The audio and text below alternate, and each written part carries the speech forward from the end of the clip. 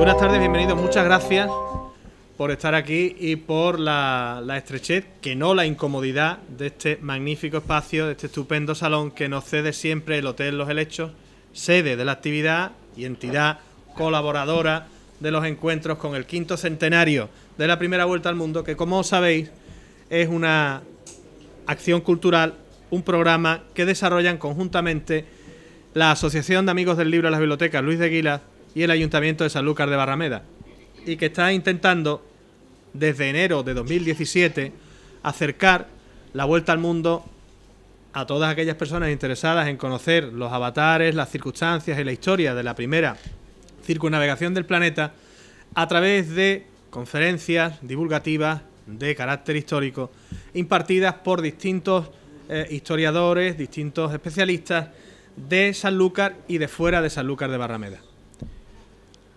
El programa lleva funcionando año y medio y creo que se notan los efectos, máxime cuando se une a ello el hecho de que nos pasó con Manolo Romero Tallafigo, con el profesor doctor don Manuel Romero Tallafigo, y nos ha pasado con mi amiga la profesora doctora María del Carmen Rodríguez Duarte, cuando el ponente es verdaderamente un ponente estrella, no porque venga de ninguna otra galaxia, sino porque su trabajo sí constituye uno de los pilares y de los referentes de la historiografía sanluqueña contemporánea. Yo sé que a Mari Carmen le incomoda un poco que yo diga esto, pero es amiga, es maestra. Yo estoy especialmente contento de que esté aquí porque lo hemos intentado varias veces y distintas circunstancias felices, nacimiento de algún nieto, por ejemplo, por el camino, lo han ido retrasando, que no la falta de voluntad ni la falta de ganas. Pero por fin tenemos aquí a Mari Carmen. Yo creo que presentar a alguien como la profesora Rodríguez Duarte, doctora en historia o en historia del arte, en historia del arte, en historia. Yo estudiaba, asistía a la especialidad de historia del arte. Y era historia. Geografía e historia. Ha vuelto a eso, ¿eh? Yo igual. Pues a Mari Carmen, doctora en historia, catedrática de enseñanza secundaria, docente y maestra de tantas generaciones de sanluqueños. Digo que es algo muy fácil y muy difícil, porque si me quedo aquí, pues ya está hecho, que no es poco. Entrar a detallar la extensa labor, ya no solamente docente, sería imposible, sino investigadora y de divulgación histórica de Carmen Rodríguez Duarte, sería demasiado prolijo, y no es una forma de hablar, sería estar aquí pues hablando de artículos, de intervenciones, de ponencias, de presencia en congresos, en jornadas, en seminarios de divulgación histórica, de libros de especialización, de su trabajo en torno a no solamente la historia de Sanlúcar de Barrameda, sino a través de la historia de Sanlúcar de Barrameda y del patrimonio de Sanlúcar de Barrameda, que es lo local, su trabajo en una realidad universal como es el patrimonio cultural, el patrimonio histórico y el patrimonio monumental, tomando como eje y referencia la riqueza monumental de Sanlúcar de Barrameda. Ya digo que sería en exceso prolijo. ¿Que el ciclo de conferencias de encuentros con el 5º centenario se haya consolidado después de año y medio? Parece que sí, porque lo seguimos haciendo. Parece que sí, porque seguimos teniendo asistencia de caras veteranas, de socios de la asociación, de personas que no lo son, de personas que vienen de vez en cuando, de personas que vienen siempre y de personas que por primera vez se asoman a este ciclo. Pero que ello se hace aún más rico gracias a la contribución de nuestros ponentes, y especialmente de ponentes como quien nos ha acompañado hoy, de la profesora Rodríguez Duarte, que aportan su grano de arena cumpliendo con la obligación del historiador, que es la reversión social del conocimiento, la socialización del conocimiento. Lo decimos y no es una forma de hablar, es cierto. No me estoy recreando en la suerte, estoy haciendo un poco de tiempo porque hemos empezado antes de las 8, circunstancia también extraordinaria porque ya estaba el aforo lleno. Me dicen, y es verdad, que quizá tendremos que considerar trasladar la actividad a otra sala. Bueno, vamos a ver, porque luego llega el invierno, hace frío, aquí hay calefacción, nos quedamos más reduciditos y ya veremos en función de cómo sea el otoño-invierno si lo hacemos, si cambiamos de sitio o no. Dar las gracias a Mari Carmen, antes de que se me olvide decir que tendremos otra cita con los encuentros del quinto centenario el lunes de la semana que viene, el 17, de la mano de Rafael Montaño, que nos hablará del cuarto centenario de la primera vuelta al mundo, de las celebraciones de principios del siglo XX en torno a la figura de don Genaro Cabestany, que fue uno de los grandes impulsores o el gran impulsor de la conmemoración del cuarto centenario de la primera vuelta al mundo, hace ahora 100 años, y el lunes siguiente, 24, tendremos, y está aquí presente, a la también historiadora sanluqueña María del Carmen Maestre Mejía, que nos hablará del Jardín de Magallanes en el Jardín de Orleans, de cómo el jardín botánico del Palacio Orleans, el jardín del ayuntamiento, refleja por voluntad del infante duque Antonio de Montpensier, un trabajo magnífico que ha realizado Mari Carmen con Antonio, aquí presente también, responsable del jardín, jardinero del palacio. Qué bonito ser jardinero del palacio, sí, a mí ya como nombre queda como cosa poética incluso, Antonio, muchas gracias por tu trabajo. El jardín que está libre de visita todos los días en horario de mañana a partir de las 10 aproximadamente. Pues tendremos, como digo, una conferencia el 17 y otra el 24, y este miércoles tendremos una mesa redonda en el Palacio Medina Sidonia, porque arranca el programa Pensar 1519 a las 8 de la tarde en el Palacio Medina Sidonia, en la Galería del Ibadote junto al jardín. Es un espacio de 100 sillas en fondo, con lo cual ahí estaremos menos apretados. Y es un entorno también muy agradable. Tendremos una mesa redonda con 4 ponentes, doña Lilian Dalman, el profesor doctor Juan Marchena, de la Universidad Palo de Olavide, el profesor doctor José Antonio López, de la Universidad de Cádiz, y me acabo de quedar en blanco otra vez con el cuarto... el doctor Antonio Sánchez de Mora, del Archivo de Indias. Tendremos a la Universidad Pablo Olavide, la Red Mundial de Universidades Magallánicas, la Universidad de Cádiz, el Archivo Casa Medina Sidonia y el Archivo Medina Sidonia el miércoles, este miércoles a las 8 en el Palacio Medina Sidonia, con acceso libre y gratuito. Yo no me enrollo más y le cedo la palabra a nuestra conferenciante de esta tarde, que viene a hablarnos de Sanlúcar en la carrera de Indias. Mari Carmen, muchas gracias. Cariñosa como siempre, y a todos ustedes por su presencia. ¿No se escucha bien? A ver si puedo gritar un poquito más. Posiblemente se hayan hecho alguna vez esta pregunta.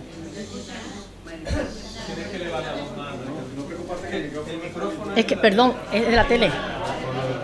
Posiblemente se hayan hecho alguna vez esta pregunta: ¿cuál fue el papel desempeñado por Sanlúcar en la carrera de Indias, en esos viajes a ultramar, en esos viajes hacia el Nuevo Mundo?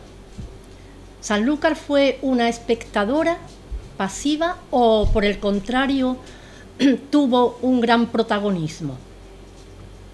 Os confieso que yo también me he hecho esta pregunta más de una vez. Intentando hallar una respuesta, acudí a consultar las fuentes tanto bibliográficas como documentales.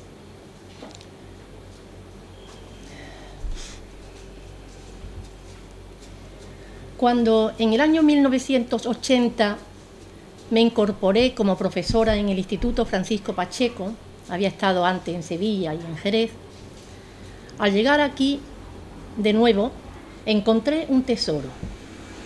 Y ese tesoro lo encontré en ese palacio que están ustedes viendo ahí, en ese edificio. Ese es el cofre que lo guarda.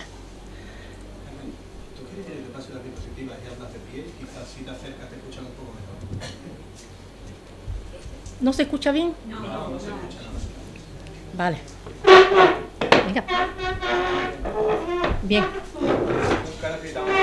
Bien. Estaba comentándoles que encontré un tesoro y todos ya se han dado cuenta a qué tesoro me refiero. El archivo privado más importante de Europa.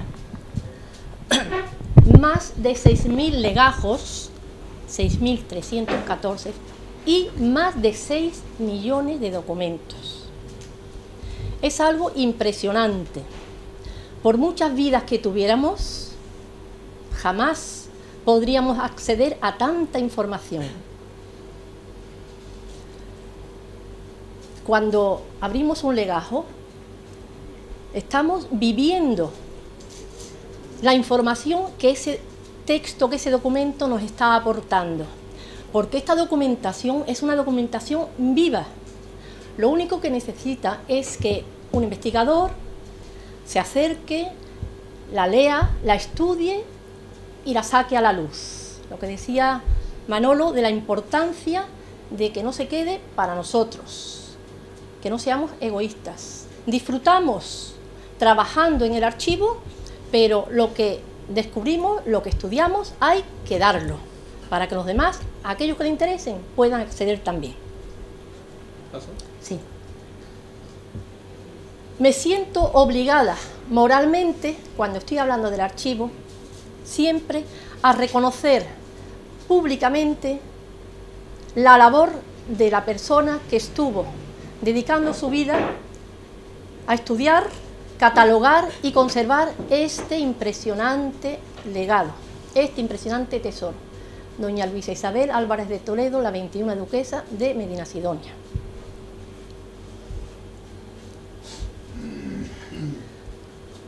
Os comentaba que acudo a textos, a bibliografía coetánea de aquel momento del siglo XVI-XVII, y aquí tenemos de un escritor, Agustín de Orozco, ya una primera aproximación a qué había ocurrido en Sanlúcar, cómo se estaba desarrollando Sanlúcar, qué importancia va a tener en este momento. Está escrito a finales del XVI y dice: la mejor población de este lugar es lo que de 70 años a esta parte se ha edificado en la falda del cerro al bajar por él de la antigua villa y por la playa del mar. Es de casi 3000 vecinos. Yo no sabré decir en cuál parte de las dos en que esta ciudad está dividida, la antigua y alta o la nueva de lo bajo en la playa, sea de mayor número y cantidad de casas. Este dibujo nos puede servir un poquito para acercarnos a cómo ya desde finales del siglo XV la población intramuros se está desbordando, sobre todo a partir de la Puerta de la Mar, lo que va a ser el arrabal de la Ribera, el arrabal del mar. Y aquí vemos cómo hay fuera de la muralla, sería la parte del barrio alto, la parte primitiva, con la fortaleza, vemos cómo se ha extendido a partir incluso ya de 1478, cuando el segundo duque, don Enrique, da el privilegio de población de todo el arrabal de la Ribera, entregando títulos de propiedad a todos aquellos que ya habían construido y dando también licencia para que los que tuviesen algún solar, alguna propiedad, pudiesen edificar en esa zona del arrabal de la Ribera. Aquí, aparte de lo que acabo de deciros, es interesante, por ejemplo, ver ese puente, lo recoge el dibujo, levadizo, que daba acceso a la fortaleza. Digo fortaleza porque hasta el siglo XVII, cuando se instale o se coloque sobre esa puerta una imagen del apóstol Santiago, no se va a conocer con el nombre de Castillo de Santiago, pero la documentación que se analiza hasta ese momento te habla de la fortaleza. Y luego, al fondo, se puede ver una serie de barcos que están fondeados, surtos, en lo que va a ser el lugar del puerto de Bonanza. ¿Por qué? También será muy interesante, después lo veremos, cómo desde la playa sanluqueña, es decir, frente a la zona donde está la banda de la playa, la Plaza de los Cisnes, Antigua Aduana, allí es donde existían la carga y descarga, los barcos luengos pequeños que los hombres de la mar se acercaban hasta donde no podían llegar los barcos, porque ahí no había suficiente profundidad. Por eso se ven allí fondeados los grandes galeones, como ahora iremos viendo. Sí. Otro escritor, este es un dominico, aquí en el convento de Santo Domingo de Sanlúcar, escribe una obra dedicada al séptimo duque, la Caridad Guzmana, y en ella ya también podemos ver qué es lo que nos dice sobre Sanlúcar. Lo primero que dice es que es un puerto opulento, es la garganta de España por donde le entra el sustento. En la boca, que es su orilla, se parte, corta y amasa, y en una y otra barquilla, luego, por el río, al estómago pasa, que es la espaciosa Sevilla. Pasa. Pues bien, en las ordenanzas reales que se hacen durante el siglo XVI para la navegación, ya también aparece el nombre de Sanlúcar. En esas ordenanzas se disponían todo lo relativo a la salida y al despacho de las flotas. Flotas que eran anualmente dos, una que era la de Nueva España, la que iba hacia México, y la otra era la de tierra firme, hacia el Istmo de Panamá y lo que es el Virreinato del Perú, etcétera, etcétera. Después lo veremos. Y ahí ya aparece como en diciembre tenían que estar nombrados el general y el almirante. El capitán general es el que iba en la capitana, que es la nave que va en vanguardia de esa flota de mercantes. En el Año Nuevo ya se nombraban las naos, capitana y almiranta. En todo marzo, es decir, todo el mes de marzo, ya te pone ahí, las naos tienen que estar en Sanlúcar, es decir, ya las tenemos en bonanza. Pero es que no pasa, no se van en aquel día, no. Saldrán con las primeras aguas de mayo, es decir, que ya tenemos aquí más de 2 meses, que ahí hay una flota que por lo general tienen más de 20 galeones, surtas, fondeadas en el puerto de Bonanza. La de tierra firme va después. En abril se nombraba al general y al almirante, en mayo se nombraban las naos, en junio llegan a Sanlúcar, ya ha salido la de Nueva España, las naos están en Sanlúcar, para salir con las primeras aguas de agosto. Lo que ocurre que a veces este calendario, digamos, no se cumplía siempre, y era bueno que se cumpliera, porque ese momento de la salida, dice un texto del archivo ducal, habiendo tiempos ciertos en la salida de las flotas, asegúranse de las tormentas. Saben cuándo han de tener sus mercaderías listas, y en las Indias, un mes más o menos, las aguardan, teniendo allí sus cargazones puestas y bajando el oro y la plata, mercaderes del Perú, para emplear en nombre de Dios y Panamá. Que esto es de gran consideración, porque se hagan las ventas con más ventaja, habiendo más compradores, y esto será siempre que sepan que para tal tiempo cierto han de partir de España la flota, y de un mes de diferencia no hará falta en la llegada, ni la de ellos en venir a emplear. Gente y armas que debían llevar las naos, la capitana y la almiranta, 100 marineros cada una, 100 mosquetes, 100 balas de cadena, 4 docenas de alabardas. El porte de las naos que navegaran debían de tener más de 100 toneladas, simplemente, solamente, excepcionalmente, van a tener menos los llamados navíos de aviso, que suelen tener unas 60 toneladas. Los navíos de aviso son los caballos del mar, el correo, que además iban aislados, porque estos van siempre formando una flota en conjunto. Entonces, 4 grupos. Os he puesto a continuación simplemente, pásale, sí, el personal que lleva el grupo primero, para no cansar, simplemente pensar que a medida que hay más tonelaje, hay más personal, hay más armamento y hay más pasajeros. Un maestre, un piloto, 18 marineros, 2 bombarderos, 8 grumetes, 2 pajes, total 32 personas de personal trabajando en esa embarcación, más 30 pasajeros, y luego una serie de municiones y de artillería, faltan ahí, pero para no cansaros no he puesto más, simplemente advertiros eso.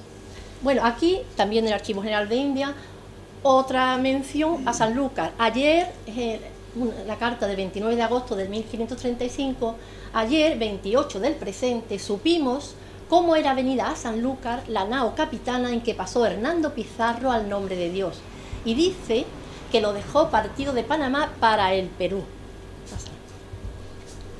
Bien, en el ángulo superior tenemos un esquema de cómo iban colocadas esas naves formando la flota.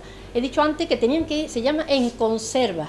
Estaba prohibido que una nave de mercante, un navío, navegara solo, aislado. Son, simplemente he dicho antes, el navío de aviso. Ven ustedes, la C es la capitana. Siempre es la nave que tiene mayor tonelaje, mayor porte. Llegaron a tener incluso más de 600 toneladas, que fue un problema porque todos los puertos no podían admitir, y por supuesto el río Guadalquivir menos. Ha salido ya, capitana. Abajo ven ustedes una A, la almiranta era la nave que iba en retaguardia. En el centro, las naves de los mercaderes, y en esta zona, en Barlovento, iban las naves de armada que van de protección para todos ellos que iban y que volvían, como saben ustedes, cargados de tanta riqueza. En el mapa se puede apreciar una primera línea que conduce, la negra o la blanca, las dos, hasta Nueva España, al puerto de Veracruz, después de pasar con dificultad por San Juan de Ulúa, con también su barra, y otra más abajo, que es la flota de tierra firme. Están señaladas las dos ahí, llegaba hasta Cartagena de Indias, Nombre de Dios, y después por lo insalubre de aquella zona se dejó y pasó a Portobelo. Allí se celebraban las ferias, se descargaba todas las mercaderías que se llevaban desde España, y más tarde van a volver, tenían que volver a mediados de abril para estar a primeros de mayo ambas flotas reunidas en La Habana para venir juntas. Fíjense ustedes que tenían a lo mejor 60 navíos, galeones, y además cargados del oro, de la plata. Pasaban por el canal de las Bahamas. La vuelta era bastante peligrosa porque podían tener vientos adversos, huracanes, bajos de coral y sobre todo ataques de los corsarios, que sabían más que a la ida, los ataques eran a la vuelta, porque entonces cuando venía la gran riqueza. Desde ahí, bueno, pasa la siguiente.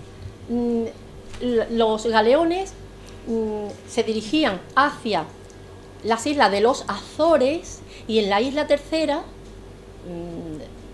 reponían velas, jarcias, y ya desde esa zona hasta el Cabo de San Vicente venían todo derecho, su derrota, y allí estaban esperando las galeras de España para, juntamente con esos grandes galeones, llegar ya directo hasta Sanlúcar. Como a veces se habían cometido fraudes al llegar a la costa de Portugal y de España, el duque escribe, y eso también lo tenemos en los textos del archivo, que las galeras se coloquen a 4 millas de la costa y entre la costa y las flotas. ¿Por qué?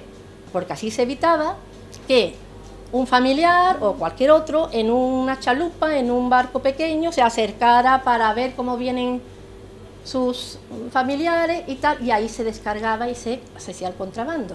O sea que la galera tiene que estar, bueno, y esas galeras llegan hasta Sanlúcar acompañando a esos 60 galeones cargados hasta arriba. Bueno, simplemente para que vieran ustedes la zona de la tierra firme, del Istmo de Panamá, pasa la siguiente. Porque aquí veremos cómo desde Nombre de Dios y más tarde digo Portobelo, se celebraba allí una feria, se compraban allí las mercaderías o las mercancías y tenían ahora que ser llevadas por río y por tierra. El río Chagres era una vía de comunicación fluvial, pero luego, pasado si quiere, hasta Panamá, y desde la zona del Virreinato del Perú, de Potosí, del Callao, de Lima, subían los mercaderes peruanos, subían los mercaderes hasta Panamá. Y allí entonces se celebraba, como digo, la feria, pásala, y se porteaba o en camélidos, en las llamas, o en burros, en asnos, pues pásalo también. Lo que se llama el camino de herradura. Había camino fluvial y camino de herradura. He puesto la siguiente simplemente porque entrañaba bastante dificultad, ¿eh? O sea que no era tan fácil como en un principio podíamos suponer. Pásalo. Bueno, aquí he puesto un galeón por ver alguna figura, eso es. Bueno, y aquí, pues por ejemplo, eso, cómo están embarcando, esos frailes, que no solamente es que van allí a misionar, también tienen que ir para atender a la gente que va embarcada. Bien, sí, pásalo. Bueno, esto nos va a servir porque antes os comentaba que los grandes galeones no podían llegar hasta la playa sanluqueña, se quedaban en Bonanza. Pero existían los llamados barcos luengos, que son unos barcos pequeños, pero que iban a lo mejor pues 6 remeros, 8, que eran los que llevaban la leña, bueno, todos los bastimentos hacia Bonanza. Y allí ondeaban, es decir, pasaban de un barco a otro, pues todas las mercancías. Pero los galeones nunca se pusieron donde está ahora la calzada, porque ahí es que no había profundidad. Eran barcos de pequeño calado, como se entiende. Bueno, ahí por ejemplo lo he puesto porque se ve una de las galeras, y la siguiente creo que se ve mejor, no recuerdo. Sí. No, este otro galeón. Bueno, bien, vamos a pasar entonces a la emigración. Ahí. Los sanluqueños desde un primer momento navegaron, emigraron a ultramar. Y las características de esa emigración es que es de tipo familiar. Por lo general va un matrimonio con sus hijos, o la hija que es llamada por el padre para que se vaya allí a vivir. Y llama la atención si lo comparamos con otras emigraciones, con otros movimientos migratorios de otras zonas de España, el elevado número de mujeres, y puede tener su explicación, de mujeres que se embarcan. Las sanluqueñas estaban familiarizadas con el mar desde que nacían. Imagínense ustedes una mujer que viniera de Castilla, no sabía lo que era el mar. Y aparte, las sanluqueñas no tenían que pasar esas penalidades de esos caminos tan largos hasta llegar. Eran días, incluso semanas y meses para llegar hasta Sanlúcar, para poder embarcarse. Van muchos solteros, como sirvientes, como criadas. Recuerdo, por ejemplo, un jovencito, 14 años, Alonso Velázquez Gastelu, el hermano de Juan Pedro Velázquez Gastelu, el historiador del siglo XVIII, que va para México acompañando al arzobispo y virrey de México, don Juan de Bizarrón y Eguiarreta. Y allí hace él su carrera eclesiástica. Posiblemente os suene la palabra Bizarrones en la Catedral de Sevilla. Tengo entendido que la altura que tiene es la altura que tenía este señor, que era bastante alto. Marchaban al Nuevo Mundo llamados por sus familiares a través de cartas. Pásalo. Y las características de estas cartas iban siempre acompañadas de envío de dinero, con una persona de confianza del que enviaba el dinero. Sobre todo para gasto del viaje, pero también, dice la carta, para comprar productos en España, esos que aquí son muy caros. Artículos de vestir, instrumentos profesionales, libros. Otra característica, la preocupación constante por la salvaguarda de la honra de la mujer que va a viajar, del honor, que no viaje sola, que te acompañe tu sobrino Pepe. ¿Sabemos quién será ese sobrino? Por ejemplo, a uno de ellos. Pásalo. En la carta se anima a que viajen, pero es un viaje bastante... Son 3 meses de viaje. Se anima al viaje hablándoles de la bondad y de la fertilidad de aquellas tierras. Se muestra en esas cartas la añoranza que tienen por su patria chica y de los familiares. Y además esa carta era muy importante porque servía como prueba para obtener la licencia que en la Casa de Contratación de Sevilla les permitiera viajar a América. Por supuesto que no es solamente esa licencia, hay que presentar partida de bautismo, si está casada, de matrimonio, que los testigos que están actuando digan que conocen a quien remite la carta y a la familia que quiere navegar, y a través de ahí, si eso se admitía, pues entonces ya se navegaba. Creo que he puesto 4 ejemplos. Pásalo. Una carta de Antonio de Bea desde México a su mujer Leonor Bernal en el año 66, otra de Bartolomé de la Muela desde Quito a su hija Isabel en Sanlúcar en el 85. Esta va a viajar con su marido y con una niña, María, con su hija, dice, de entre 3 y 4 años. Y tienen que presentar todo lo que os he dicho anteriormente. Otra carta dirigida por su marido a María de Arco y Tenorio, estaba emparentada con los de Arizón. Y otra carta de un señor de raíz flamenca, don Manuel Vicente Villetti Rivera, a su esposa e hijo. Al año siguiente, en 1765, esta familia, la mujer y 3 hijos, una hija y 2 hijos, ya mayorcitos, 18 o 20 años, van a marchar para allá. Entonces, pienso, aquí había un efecto que no sé si va a salir o no. No sale, pero no, da igual. El efecto era que se iba perdiendo cada vez la vista de Sanlúcar, porque yo pienso que una vez que pasaban la barra y ya se iban alejando, la visión se iba haciendo más difusa, pero además también pienso que en los ojos habría una cierta emoción y sería más difícil, porque esta era posiblemente la última visión que iban a tener de su patria chica. Ya, ¿quién iba a volver? Posiblemente no volvieron jamás. Vale. Bueno, pues algo muy importante en la navegación sanluqueña es la existencia de la barra. Me imagino que todos ustedes saben lo que es la barra de Sanlúcar. Es una especie de duna sumergida formada por piedras, arenas, ostiones, que se extiende en sentido perpendicular a la desembocadura de norte a sur, desde Malandar a Salmedina. Ahí hay una barra que dificulta. Además fue uno de los puntos negros de las carreras de Indias por los naufragios, fue la barra. Bien, pues esa barra que se formó tanto por los materiales arrastrados por el río como por los aterramientos que se producen desde la costa de Arenas Gordas en los ponientes, pues hizo preciso, déjalo ya si quiere.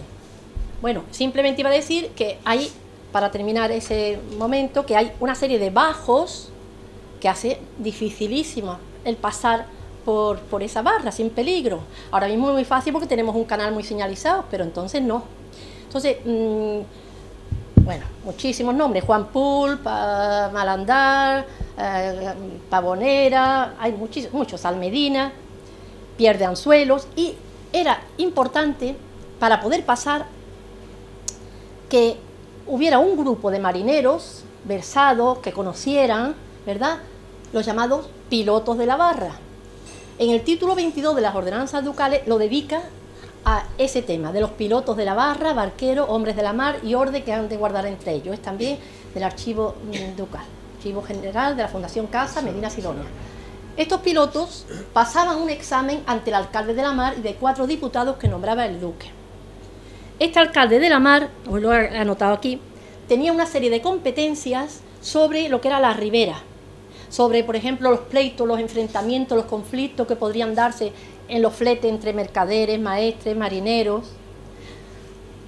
También examinaban, como os he dicho, a los pilotos de la barra y todo lo que pudiera generarse, todo el problema como consecuencia de esa actividad marítima de Sanlúcar. Estos pilotos debían demostrar su habilidad en el arte de navegar y el conocimiento de la barra y sus marcas. A eso me quería referir. Las marcas, por lo general, eran edificios de Sanlúcar, hemos visto antes la vista de Fingaerden, ¿verdad? O árboles, araucarias, que hay muchos, pinos, ¿verdad? En la parte todo de la parte de Barrio Alto, el Pino de San Diego. El Pino de San Diego, por ejemplo. Bueno, pues entonces ellos, para poder pasar sin problema, lo que tenían era que enfilar. Pues para pasar por Juan Pul había que enfilar la ermita de Santa Brígida por el medio del castillo de Santiago, del baluarte de San Salvador. O para pasar, entonces, tienen que saber perfectamente, porque es que si no, los naufragios ahí, como yo he dicho, fueron abundantísimos. Bien, pásala. Siguiendo con la documentación del siglo XVII, que nos puede hablar de lo que era Sanlúcar, nos pone aquí: luego, un poco más adentro, sale a todos al encuentro siempre aquella barra ingrata, que tantas barras de plata le ha tirado al hondo centro, aquella infernal cuadrilla de peñasco que atraviesa el agua de orilla a orilla. Esto también lo escribe el mismo Dominico.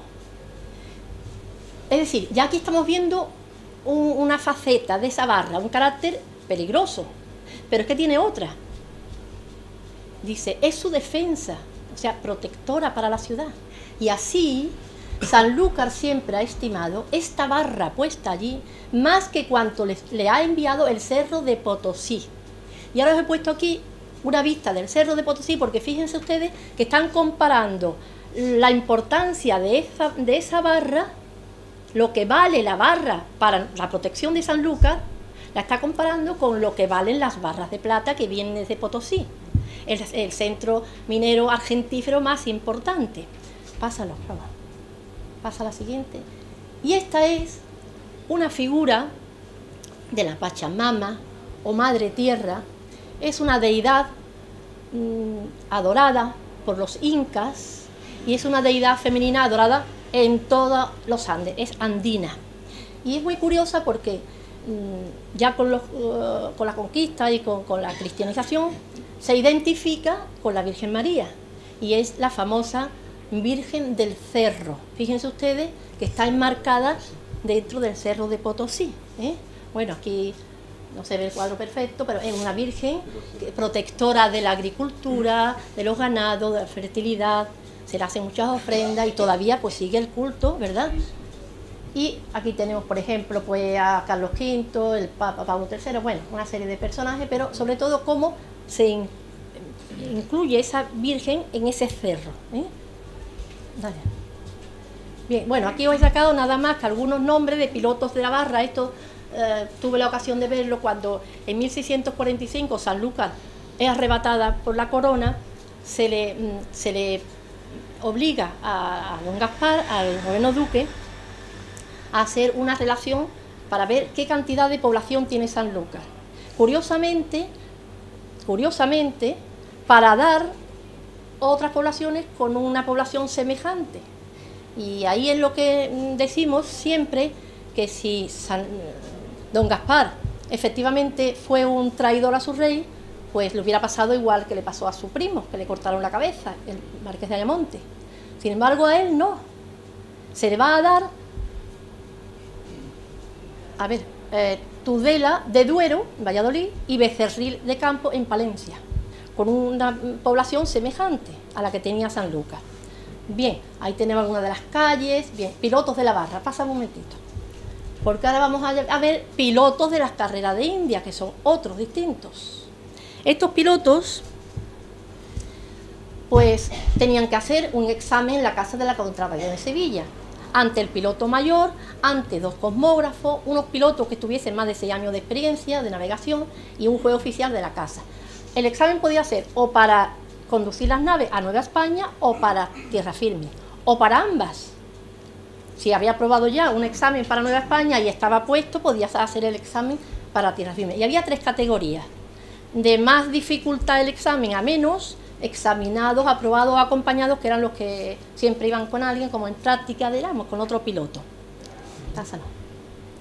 Bueno, aquí hemos puesto las funciones de la Casa de la Contratación Sevillana, cómo era un órgano de control del tráfico ultramarino, cómo se hacía el apresto y la organización de la flota, el depósito de los caudales del rey de particulares, cómo se controlaba allí la emigración a India. Allí te van a dar la carta de licencia para embarcarte en cualquier navío, cómo era un centro de investigación fantástico, científico, cartográfico, náutico, y también audiencia y tribunal de justicia. Pásalo, no te entretener mucho. Pilotos sanluqueños de la carrera de Indias. Fíjense ustedes, no hemos puesto todo, pero todos los que había.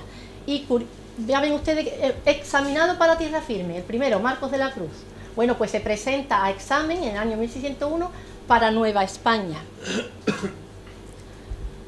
Curiosamente, hay uno, Juan Cruzado de la Cruz y Mesa, que llegó a ser piloto mayor sanluqueño, era de San Lucas, y llegó a ser piloto mayor. Piloto mayor era la persona más experta en navegación, y que tenía esa misión, como hemos dicho, de examinar, de revisar también las cartas de marea, los instrumentos náuticos, hacer mapas, el padrón real que servía como modelo para los navegantes también. Bueno, pásalo. Llegamos ya a los Guzmán en el siglo XVI, a la primera mitad del siglo XVI. Digo primera mitad porque una de las cosas que a mí personalmente más me llama la atención viendo esta documentación es que la primera mitad del siglo XVI da la impresión de que Sanlúcar está de espaldas al Nuevo Mundo. Hay poquísimos datos. Hay una carta de la emperatriz, la esposa de Carlos V, el emperador, 1538, a doña Ana de Aragón, que le está pidiendo ayuda para unos navíos que van a las Indias, nada más. Hay salida de religiosos franciscanos, agustinos, de criados del duque, y lo que sí encontramos son limosnas, ayudas para ese viaje, que puede ser maravedíes o puede ser en especies, por ejemplo, barriles de atunes de sus almadrabas para el viaje, vino, aceite, es decir, cosas de comer. no lo pase un momentín porque de este primer, hasta Don Juan el sexto duque, hasta 1558, es decir, esta primera mitad, de lo más interesante es la figura de Don Juan. Tenían embarcaciones, tenían navíos, tenían galeones, tenían carabelas, pero no navegan hacia América, por eso digo, parece que están de vuelta. Toda la navegación se centra en el Mediterráneo. Van llevando barriles con atunes a Valencia, a Barcelona, a Marsella, se ponen en contacto, comercian con las islas, con Italia, con las ciudades italianas, con el norte de África, a Melilla para aprovisionamiento, mientras que fue de poder del duque. No hay más, son muy pocos datos. Este duque tiene un hijo, el primogénito y el sucesor, que muere antes que él, don Juan Claro de Guzmán, el noveno conde de Niebla, que estaba casado con doña Leonor Manrique de Sotomayor y Zúñiga. Pues bien, muere en 1556, en enero de 1556, pero es que en julio de ese mismo año muere su mujer, doña Ana de Aragón. Ya ven ustedes, no me voy a parar mucho, pero que estaba casada doña Ana de Aragón con don Alonso, que era el hermano de don, está ahí escrito, ¿no?, de don Juan. Bien, pues en Simancas hay un documento escrito por el sexto duque y dirigido a su nieto y sucesor y a las autoridades de sus estados, diciéndole que al morir su hijo y su mujer entró en un tal estado de depresión y de tristeza que le pidió a su nuera, a la condesa doña Leonor, que ella se pusiera al frente de la casa ducal y de sus estados y del gobierno, pero que lo había dicho verbalmente, y ahora quería dejarlo por escrito porque convencido, estamos hablando de 1557, de lo bien que había llevado los negocios de la casa ducal, que todos lo acataran, y así fue, porque su sucesor, don Alonso, el séptimo duque, aún era un niño cuando muere en 1558 el sexto duque, y quien va a estar al frente de la casa, como digo, será doña Leonor, la condesa. Bueno, pasa eso, pues no tiene efecto. Bien, en la iglesia de Santo Domingo, todos conocéis el enterramiento de estos condes, don Juan Claro, ¿verdad?, Francisco de la Gándara y Martín Cristiano son los escultores, que además lo costea el séptimo duque, igual que el compás de la iglesia ahí en un retablo. Pásalo. Don Juan Claros y la condesa. Esta condesa que se va a retirar cuando ya su hijo es mayor tiene la mayoría de edad, se retira, como saben ustedes, al convento de Madre de Dios. Ahí tendrá su especie de palacio, su celda particular, y ahí se retirará. Bien. Sigue. Bueno, ahora estamos ya en el séptimo duque, don Alonso Pérez de Guzmán. En el devenir de la historia han existido algunos personajes a los que se le han asignado un calificativo y este le ha acompañado generación tras generación. Me refiero a séptimo duque, por ejemplo. A este duque siempre se le ha tachado, y nosotros lo hemos estudiado y seguimos leyéndolo por la historiografía tradicional, de que era un inexperto o un inepto en temas marítimos. Ese es el San Benito que se le coloca. Y la documentación que está, como digo, en el archivo ducal, rebate totalmente esta tesis, porque nos está demostrando, y me he traído para poder leeros algo, cómo este hombre está preparado, conoce, está educado y sabe de qué habla.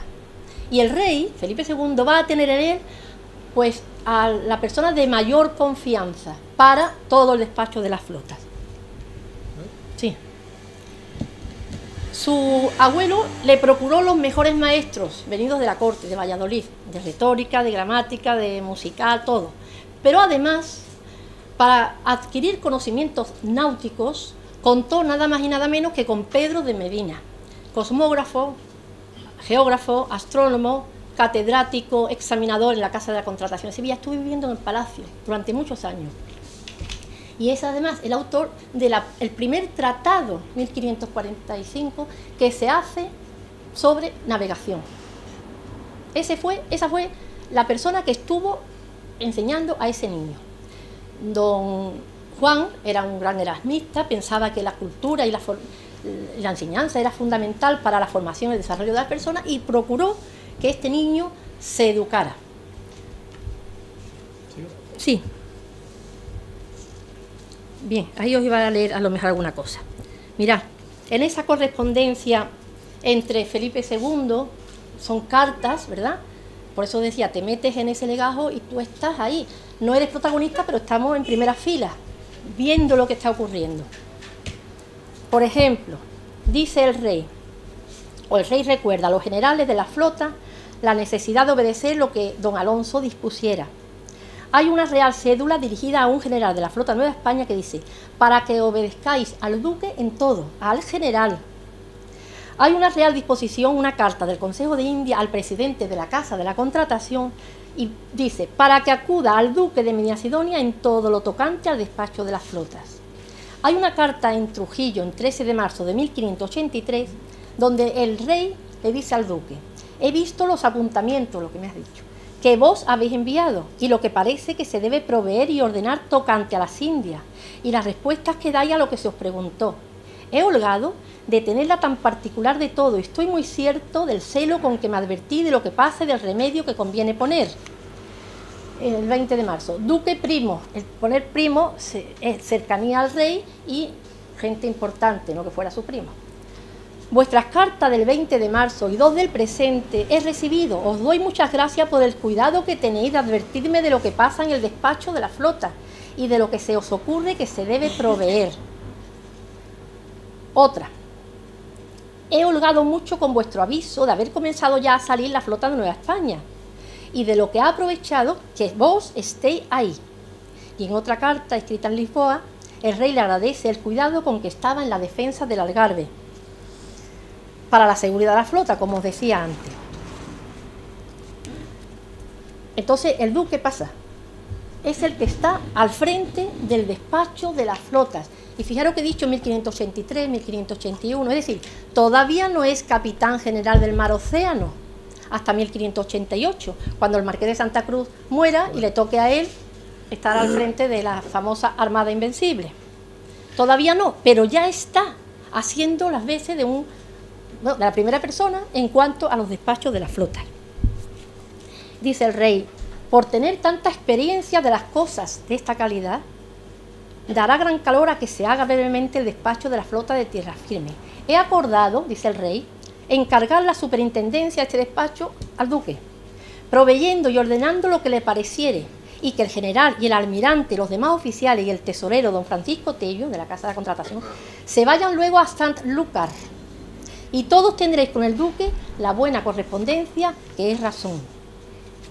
Es decir, el duque está preparado, conoce, después vaya a ver otros textos, conoce la climatología, conoce todos los secretos de la navegación porque ha tenido a uno de los mejores maestros. Bien.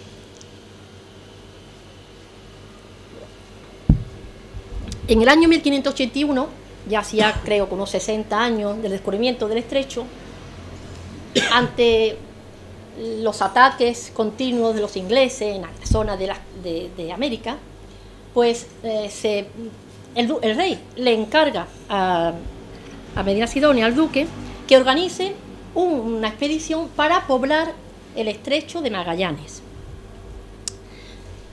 En una carta que le envía desde Lisboa dice el rey, para despachar tanta gente y bastimentos, fueron casi 3.000 personas, saliendo de aquí de Sanlúcar, era necesaria la presencia junto al duque de Francisco Duarte, el factor de la Casa de la Contratación sevillana. Le ordena que se venga aquí a Sanlúcar. Y dice, ya que habiéndose de juntar en el puerto sanluqueño tantos navíos, gente, y debiéndose hacer tanta provisión de bizcocho, bastimento, le enviamos a mandar que vaya a estar con vos, con el duque, y que le vayáis ordenando lo que conviene que se haga en todo. Bien, el duque, digo, conoce perfectamente las dificultades que presenta el estrecho. Faltan cables, y escribe al rey, si no se remedia esto, será enviar a perder las naves por las muchas corrientes que hay en el estrecho. Cuando pasan la línea, dice, la línea del Ecuador, suele de ordinario dañarse el bizcocho. El bizcocho, saben ustedes que es el pan en forma de torta pequeña, que es lo que llevaba. Y en esto conviene que se ponga un particular cuidado. Además, se queja porque llega la harina mezclada con cal. los fraudes, que no son nuevos, así entonces, ¿eh? Y entonces queja y denuncia. Además, él no se corta, ¿eh? Si tenía que decirle algo al rey, se lo decía claramente. Pásalo. Entonces, aquí se organiza esta expedición en la que van 23 navíos. Al frente de ellos va Diego Flores de Valdés. Como gobernador del estrecho, Pedro Sarmiento de Gamboa. Bueno, va, por ejemplo, Antonelli, que es el arquitecto, lo veíamos el otro día, porque querían construir unos fuertes para poder, en las bocas del estrecho, para poder impedir la entrada, porque desde luego, si por ahí entraban los ingleses, toda la costa, todas las ciudades de la costa del Pacífico, como así sucedió, iban a ser saqueadas. Bien, pásalo, no me quiero entretener demasiado. Los pobladores y oficiales que se embarcaron en Sanlúcar, bueno, ahí tenemos, pásalo. Para terminar con esta expedición, nada más pasar la barra, se naufragaron por vendavales que había varios barcos y más de 800 personas desaparecieron. Tuvieron que refugiarse en Cádiz hasta de nuevo volver a rehacer. Allí hubo un enfrentamiento entre Pedro Sarmiento de Gamboa y Diego Flores, porque Diego Flores no quería ir. Bueno, al final se fue, pero aquello fue pues un desastre. Uno de los corsarios más famosos, Francis Drake, ¿verdad? Pues está atacando en 1586, unos años más tarde, está atacando todas las ciudades costeras de América, y el duque está escribiendo a los virreyes, él está personalmente diciendo que fortifiquen San Juan de Ulúa, Cartagena de Indias, que están allí y que tengan mucho cuidado. Bien. Aquí en Sanlúcar, el duque hace 2 baluartes en la entrada del río, para la defensa, de madera y de fajina, o sea, de junco, con alguna culebrina, o sea, que no era tampoco demasiado, pero bueno, lo pone para intentar evitar, porque fíjense ustedes, en 1587, cuando Drake no saquea, pero intenta entrar en Cádiz, que así se cargaron también muchísimas flotas que iban para Nueva España y para Lisboa, pues la idea de los ingleses era desembarcar y atacar Sanlúcar, el puerto, llegar hasta Sevilla, etcétera, etcétera. O sea que él no iba muy descaminado y por lo menos puso aquellos intentos de fortificación. Bien, pásalo. 1587, a los pocos años de aquella primera idea de poblar el estrecho, pues aquello fue un desastre, como digo, y Sarmiento de Gamboa vuelve para España para pedir ayuda a su rey, pero con tan mala fortuna que al llegar a las islas de los Azores es cogido prisionero por unos corsarios ingleses y llevado a Inglaterra. Ahí está un tiempo y después, cuando consigue salir, atravesando por tierra Francia, cae en manos de los protestantes franceses, de los hugonotes, lo llevan al castillo de Mont-de-Marsan y el pobre mío allí no solamente sufriría por las penalidades de estar allí preso, sino pensando en que ha dejado allí unas personas que necesitan, porque verdaderamente estaba en unas condiciones dificilísimas.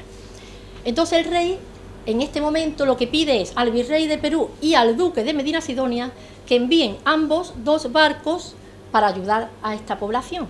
El duque le dice al rey que ya es muy tarde, que él piensa que los que queden o han pasado a Chile o han muerto de frío, de inanición, imagínense ustedes, en la zona que estamos hablando del estrecho de Magallanes. Y entonces lo que sí hace él es hacer una provisión para que fuera de nuevo como otra población, otra expedición para volver a intentar poblar. Bueno, ahí he puesto una relación de algunas cosas, pero tampoco nos vamos a entretener mucho más. Pásalo. Eso es. Estamos hablando del año 1587, era un año dificilísimo, porque ustedes saben que en ese año en Lisboa se está preparando secretamente una armada para invadir Irlanda y para invadir Inglaterra. Sabemos todos que aquello fue un desastre, había muerto el marqués de Santa Cruz, se hace cargo el 7º duque. Pásalo. Podemos pensar que tras esa, no digo derrota porque no fue, ese desastre, el duque se vendría a su palacio de Sanlúcar y se refugiaría ahí. Y el rey no querría saber nada más de él. Bueno, pues la documentación nos dice que no fue así. Aunque sí lo diga la historiografía tradicional. Sí. Os he puesto aquí de un texto porque le encarga el rey al duque que organice aquí en Sanlúcar, no lo he querido decir hasta ahora, pero ahora lo vais a leer ahí, mirad qué nombre más bonito, en el puerto de Nuestra Señora de la Bonanza. No es de Bonanza, lo pueden ustedes leer por ahí. Bueno, dice, han de recibir y pasar en cuenta al comendador Luis Álvarez Pereira, que por mi orden hizo el oficio de proveedor, tenedor y pagador de los bastimentos y municiones.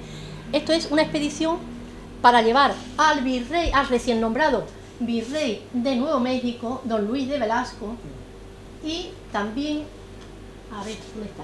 Don Luis de Velasco, y a Gómez Pérez Dasmariña, que había sido nombrado gobernador de Filipinas.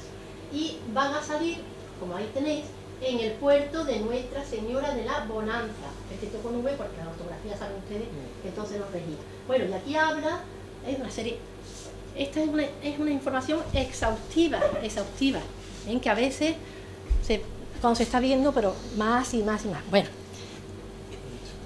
lo primero que tiene que hacer el duque es embargar, porque la corona española no tenía una marina fantástica como va a tener el siglo XVIII. Aquí, ¿qué se hace? No hay barcos del rey, se embargan. Pásalo. Bueno, esta se puede ver muy bien, la he traído porque ese movimiento de los barcos pequeños, que están acercándose al barco grande, llevando todos esos bastimentos, esas provisiones, todo lo que hace falta, pues nos servía para ello. Bien, la expedición del virrey lo que hace es embargar 4 navíos. Hay uno muy bueno, de más de 200 toneladas, que se encuentra en el puerto sevillano de Las Muelas, el San Martín, en muy buenas condiciones y dispuesto vergas de alto, o sea, para poder navegar. Y se embarga ese. 2 galeras irán desde Sanlúcar hasta Sevilla, porque soplaba un gran poniente y no podían bajar, y porque hacía falta, el rey les da mucha prisa al duque para que estos vayan rápidamente para América. Y trae a la capitana. El factor Francisco Duarte, el factor de la casa de contratación, le escribe al duque y le dice: me pide el dueño 1.200 ducados, yo he conseguido 820, pero espero su parecer para embargarlo. El Espíritu Santo, este estaba cargado, este estaba aquí en Sanlúcar. Fijaros, llevaba 696 botijas y pipas de vino, aceite 330, vinagre. Iba para Angola. ¿Qué hay que hacer cuando se embarga? Fijaros el dueño, qué gracia le haría. Todo esa carga hay que bajarla. Y se perderá o no se perderá. ¿Por qué hace falta que vaya allí? Pues los soldados que lleva Pérez Dasmariña, Filipinas o el virrey. Otra es la Magdalena, esa era francés, y San Juan Bautista. Cuando llegan a Sevilla, tanto el virrey como el gobernador de Filipinas, le dicen al rey y al duque que no es suficiente el navío para todo lo que llevan. Salieron más de 319, iban, 100 y pico uno y el otro tanto. Entonces compra el virrey, por eso ponemos por cuenta del virrey la fragata Santa Catalina, y el gobernador compra el Santo Antonio. Dale.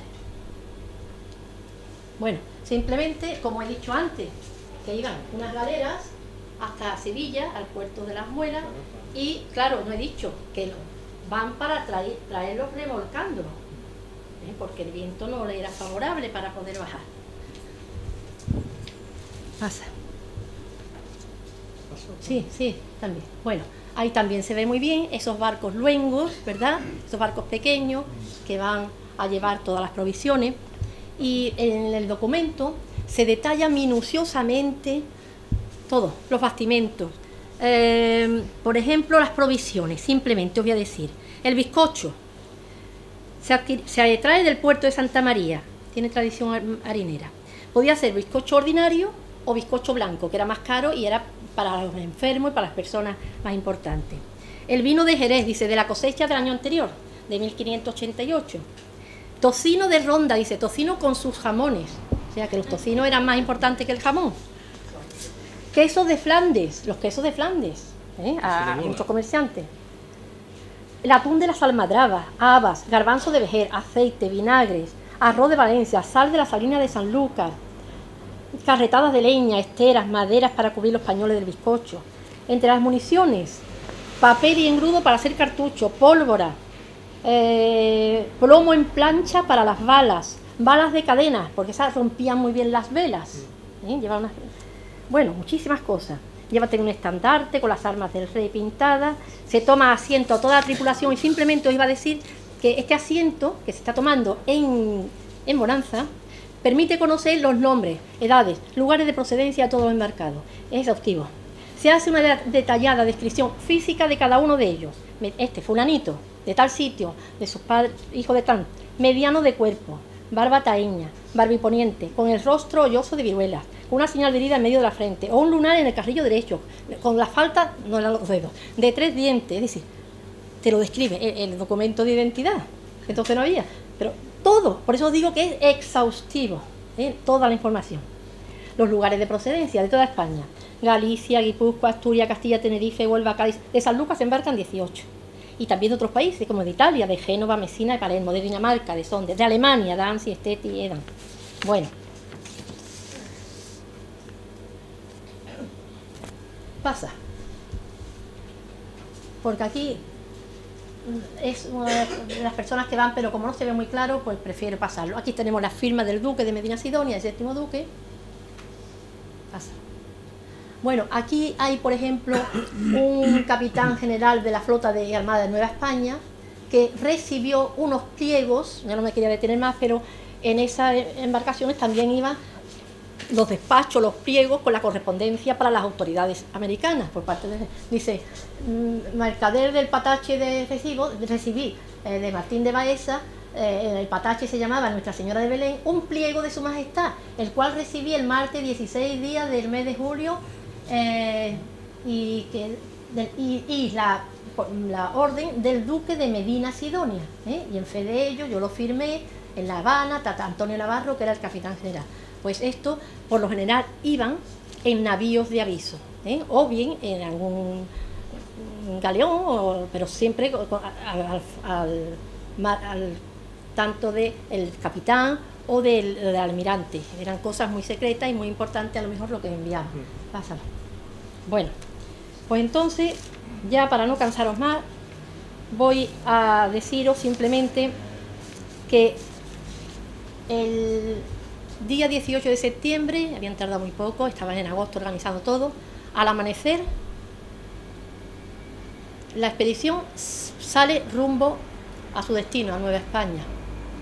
9 barcos luengos remolcaron para pasar la barra a los 6 navíos, 4 a la capitana, que era la mayor tonelaje, y los otros 5 a cada uno de los 5 navíos. Y 6 pilotos de la barra sanluqueños se subieron en esos barcos para poder sortear, como decía antes, los peligros de esa barra. El duque había cumplido una vez más con los deseos de su rey. Y voy a terminar nada más haciendo una pregunta. ¿Piensan ustedes que Sanlúcar debería de conocer de verdad un poco más su historia para poder así reivindicar el papel importantísimo que tuvo en la carrera de Indias? Ya está, ahí lo dejo. Muchas gracias.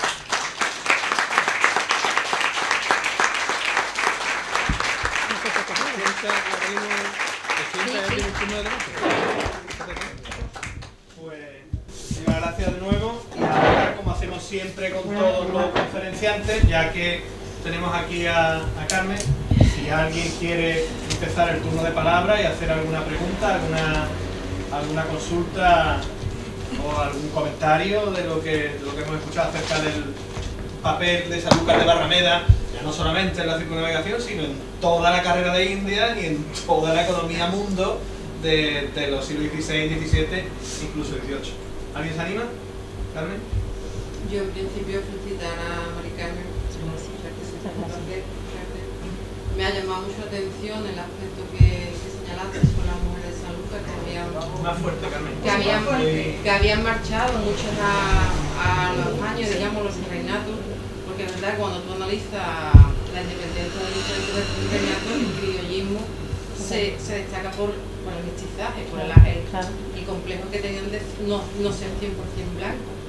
Entonces eso me ha abierto, digamos, me ha gustado que me hablara. Hay muchas solteras, Sí, como sí. criadas, Y muchas. entonces me llama muchísimo eso, la atención de cómo dejaban que las solteras Sí, pudieran ir, pero pero siempre claro, acompañadas, ¿no? siempre acompañadas, ¿eh? Y en el camarote, y con algún familiar o con algunas personas de confianza. Iban muchas solteras. Y una cosa que te quería decir, vamos, que lo has dejado todo masticado, bien masticado, como siempre te caracteriza todo. He corrido un poquito porque no quería cansar a Las los ilustraciones que has mostrado ahí de los diferentes galeones, el luengo y todo eso, ¿se la han encontrado en los archivos? O mejor dicho, cambio la pregunta, ¿en los archivos han encontrado ilustraciones sobre este tipo de barcos? No, ilustraciones no he visto. No. Descripciones sí, las surcas esterlinas que tienen, descripciones todas, sí. Y mucho, ya te digo, a mí me llamó la atención cuando yo empecé a ver la documentación, porque había visto en el archivo de India, pero aquí cuando empiezo a ver el siglo XVI, que me interesaba, porque quería saber si efectivamente Sanlúcar tuvo esa importancia o no la tuvo. A mí me llamó la atención que la primera mitad del siglo XVI, vamos, es que no hay ni una mención a Magallanes ni Elcano. Yo pienso que sería tanto los que entraban y salían que fue uno más. Pero ahí la documentación no está. Y hay eso, muchos religiosos que se embarcan, criados del duque que van para América, le hacemos una limosna y le ayudamos al viaje. Pero está todo centrado, yo creo que a partir ya de Lepanto, del Mediterráneo, ya nos vamos al Atlántico. Y ahora ya la documentación del séptimo duque, antes incluso, como decía, de ser nombrado capitán general del Mar Océano y de las costas de Andalucía, por supuesto, es exhaustiva. Y la correspondencia, es que el duque tiene una importancia enorme. Claro, yo cada vez que leo y veo, y no sé si tú también te lo encontrarás, el inexperto, el inepto. Y los tópicos historiográficos que son... Entonces, bueno, yo hasta que no he visto los documentos, yo estudié en el Vicent Viven de entonces, que era el inexperto en temas marítimos. Y me he leído luego y me encuentro el inepto. Pero después, viendo la documentación, digo, es que este hombre sabe de lo que está hablando. Y el rey confía plenamente en su labor. Y sigue confiando en él después de... Ay, y eso, sigue confiando en él. Vamos, hasta tal punto que le encarga esta expedición. Había al fondo y una mano... Sí, yo creo que estoy solo ante el peligro. Porque si todo el mundo dice que no... Sí. Ha sido por su inexperiencia en la guerra y en el mar. No por su experiencia en navegar. Llevar una armada. Esa es la crítica. Claro. Es que él no quería ir. Él no quería ir. Se ve obligado. Y se lo dice al rey, y que no está en condiciones esa flota, esa... Una cosa es conocer el mar. Claro. Y otra saber. Totalmente. Estoy de acuerdo. Gracias. Sí, quería saber cómo se encuentra actualmente toda la digitalización. ¿Se ha digitalizado algo del archivo? Bueno, se va a empezar a digitalizar en septiembre. Ya, la de los Vélez sí está digitalizado ya. Ya está abierto el archivo, que vamos, yo pensé que no se iba a abrir ya hasta mediados de septiembre, pero ya, hablé con Lilian, ya está abierto. Pero para digitalizarlo, pues la idea es que empiece en septiembre, ¿no? A lo mejor a mediados de septiembre. Lo que pasa será cuestión de años, pienso. No sé si eso se hace muy rápido, pero... Se ha digitalizado, donde yo sé, parte de los fondos del Archivo General, los que corresponden a la Casa de los Vélez, de Murcia. Eso sí, eso está. Incluso, no solamente de la Fundación Casa de Medina Sidonia, por supuesto, sino también, hasta donde yo sé, de los ayuntamientos de la Vélez. comarca Sí. de los Vélez, que hace ya unos años impulsaron la digitalización de esos fondos documentales. Sí. Y ahora, por impulso de la Junta de Andalucía, se va a proceder a seguir la digitalización de los de fondos todos. del archivo. Lo que ya ignoro es por dónde se va a empezar Eso. y cuándo se va a hacer. Lo que va a tardar. Perdona Carmen, ¿había otra mano levantada? Sí, es referente a las mujeres en América. Bien. Yo recomiendo que se lea Españolas del Nuevo Mundo de Eloísa Gómez Lucero, Ya lo vemos. en donde se da una explicación e información Exhaustiva amplísima de todas las mujeres que estuvieron allí, lo que hicieron. Ahora me va a decir exactamente el título. ¿Vale? No, por eso. Le voy a pedir que me dé el título porque me interesa. Es impresionante. ¿Sí? Eloísa, me he dicho, Eloísa. Eloísa Gómez Lucena, 2013. Eloísa Gómez. Españolas del Nuevo Mundo. Perfecto, Lucena. Desde monjas, gobernantas, guerreras, cultivadoras, o sea, un ejemplo. Ahí no De aquí solamente de Sanlúcar, Algo que sí caracteriza, españolas. disculpa, y Carmen, corrígeme si me equivoco, algo Sí. que sí caracteriza a la, vamos a llamar, la emigración de la población hispana, la población que sale de la península ibérica hacia el Nuevo Mundo frente y que la distingue de poblaciones de otro origen, es la abundante sí presencia de mujeres frente Eso a es lo, otras eso es lo que yo me poblaciones. refería, no al número de mujeres, sino si comparamos, vamos, yo sigo a Lourdes Díaz Trechuelo y algún Contextos autor. culturales, Eso es. contextos culturales anglosajón, francés, Eso, entonces hispano. vemos que aquí en Sanlúcar, y digo, puede ser por eso, porque había una mayor facilidad para hacerlo, posiblemente. Pero auténticas guerrilleras, ¿no? ¿Perdón? Auténticas guerrilleras, era una mujer. Sí, sí, Mari Carmen quería también. No, sobre lo que estabas comentando de la digitalización del archivo, sí. pero ¿se sabe algo después si se va a poder acceder por medio de internet? o Hombre, algo? claro, si la digitalizan, ¿no? Y yo creo que nadie está hablando por la Fundación Casa de Nación. Pero que si lo digitalizan será para Pero poder que acceder. ahora mismo, digamos, no está a la No, disposición por no, internet. no. No ha empezado todavía, Carmen. No ha Yo he empezado. estado esta mañana precisamente ¿Allí, en el Palacio? y he hecho este comentario. Empieza la digitalización, se va a empezar ahora. Ahora, en Y septiembre. la idea es a internet Hombre, para claro, es que- evitarse el trabajo de la gente. Claro. Tiene dos ventajas. Una, que puedes tenerlo a tu disposición donde viva. Dos, que el documento no se deteriora. Está Pero quieres, te lo mando. perfecto. Pero Sí, y está accesible a todo el mundo. sí, sí. Pero de aquí, Hay que dar facilidades, como yo digo. Yo digo que tengo esa cosa de haber sido profesora y entonces hay que transmitir al alumno y entonces todo lo que podamos. Eso fue lo que comentó. Eso. Y a raíz de eso preguntar, porque siempre escucho decir lo mismo, que no hacemos lo suficiente por conocer la historia. ¿Dónde Vosotros está? sí hacéis mucho. Bueno, Vosotros hacéis mucho. en general. ¿Dónde está el problema de que no podamos conocer más la historia? Claro, Porque todo el mundo nos dice No puede, lo mismo, sí. pero contestaciones muy pocas. sí. Hay muy pocas. ¿Dónde está la solución? Es que para entrar a un ¿Dónde archivo tiene- necesita haber estudiado paleografía. Todo el mundo no tiene por qué dominar la paleografía porque tú te encuentras un documento del 15 y tú tienes que si no, no lo lees. Lo que he traído aquí se leía. Entonces, de todas formas, problemas para ir al archivo, vamos, digo ninguno, porque ustedes, quien quiera, dice, ¿qué quiero trabajar? ¿Qué temas quiero? Y vamos, y tenéis las puertas abiertas, yo por lo que veo, que van allí. Y además, también algo que me alegra, ver allí la cantidad de jóvenes, de gente joven que está entrando. Y eso es fantástico porque ya nosotros estamos pasando.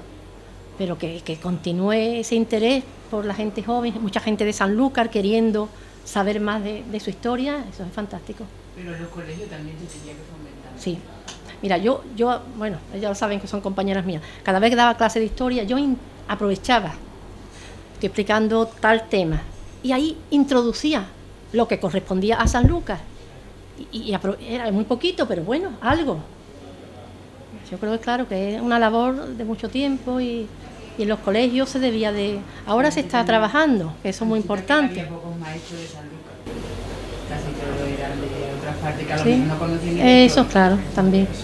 También. ¿Más intervenciones? Pues si no, volver a agradecer a todos los que estáis aquí vuestra presencia hoy y en todas las actividades que venimos organizando en el ciclo de encuentros en el centenario. Y recordaros que el lunes 17 y el lunes 24 habrá dos conferencias aquí. 17 a cargo de Rafael Montaño García, que nos hablará sobre el cuarto centenario de la primera vuelta al mundo. El día 24, Carmen Maestre Mejía nos hablará sobre el jardín de Magallanes en el jardín de Orleans. Qué bonito. El jardín del Palacio Orleans como reflejo de la botánica de Qué la bonito. vuelta al mundo por Ese deseo bonito eso. del infante duque de Montpensier. Y que este miércoles pasado mañana en un espacio más amplio Más fresquito. que este de hoy, en la Galería de Ligadote del Palacio Ducal de Peña Sidonia, tendremos la primera de las mesas redondas del programa Pensar 1519.